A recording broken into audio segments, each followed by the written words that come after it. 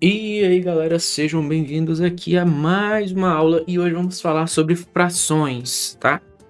Vamos começar aqui pela definição rápida do que seria a fração, né? Então, a fração é uma forma de representar a parte de um todo. Qual é o exemplo mais clássico que a gente tem? O da pizza.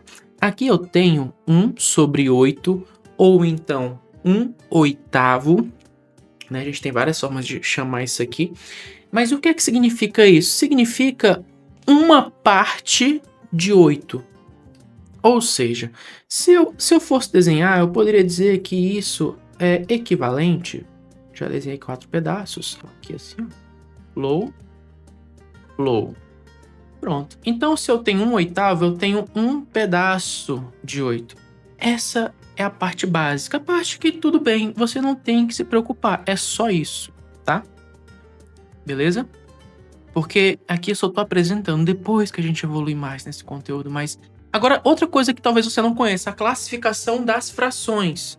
A gente tem as frações próprias, impróprias e aparentes. O que são as frações próprias?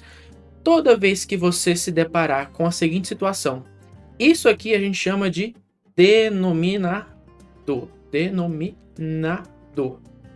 E esse aqui de numerador. Toda vez que o denominador for maior que o nosso numerador, a gente tem uma fração própria, tá? Toda vez que a gente tiver o numerador, tá, maior do que a nosso denominador, a gente vai ter uma fração imprópria, beleza? Então, basicamente isso, tá? Nossa, só isso? Sim, só isso. Essa é a classificação. Eu tô dando aqui essa pincelada porque às vezes, de forma mais teórica, você tenha que saber isso, né? Então você já tá sabendo o que é fração própria e imprópria. Fração aparente, não? Então frações aparentes, o que é que elas são? É toda vez que você olhar para o seu denominador. Perceba uma coisa, tá? Só um disclaimer rápido, tá? Você talvez fale, isso aqui é uma fração imprópria, porque o numerador ele é maior do que o denominador. Calma.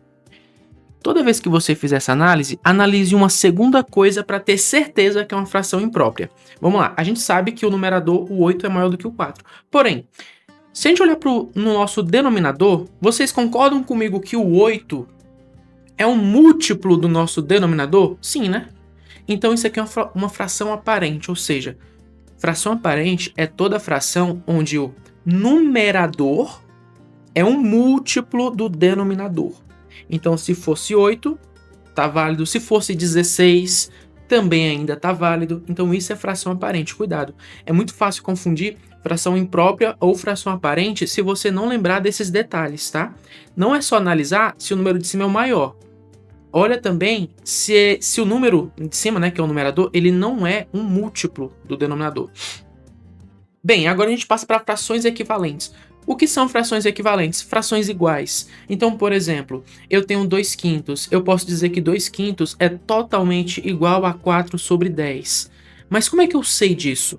Bem, primeiro, porque eu posso pensar o seguinte, ó. Se eu pegar o 2... Opa, dividir não, desculpa, gente. Se eu pegar o 2 e multiplicar por 2 e o 5 e multiplicar por 2, eu crio uma outra fração. Porém, como eu multipliquei em cima e embaixo pelo mesmo valor numérico, elas não vão perder a equivalência. Outro fato do porquê o 2/5 é igual o 4/10.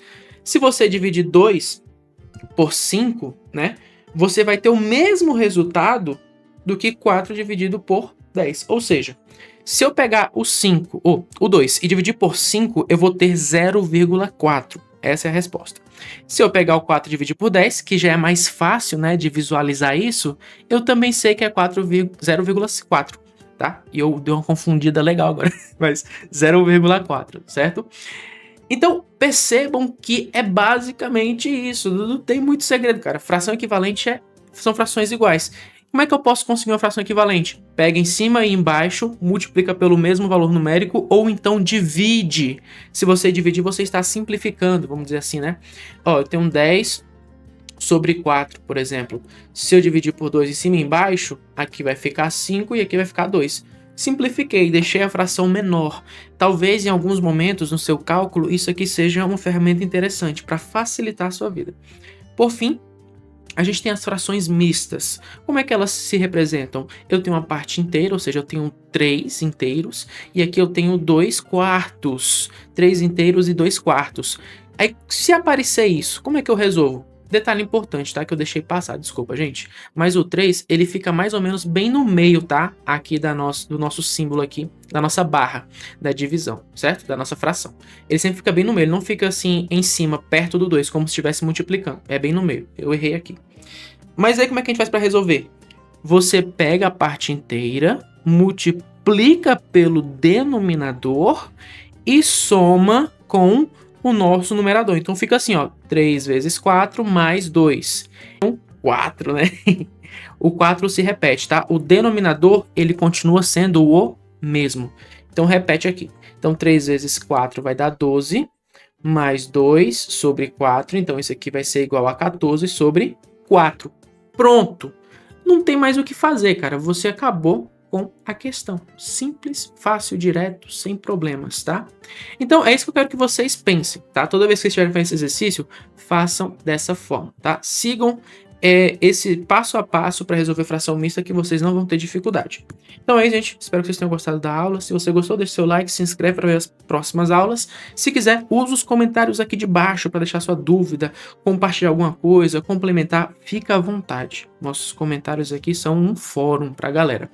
Outra coisa, se você quiser ajudar o canal, ó, tem um QR Codezinho aqui do LivePix, onde você pode financiar o canal, dando qualquer valor, doando qualquer valor que você achar interessante. E é isso, tá, galera? Então, muito obrigado por quem assistiu até aqui, e eu vejo vocês no nosso próximo vídeo.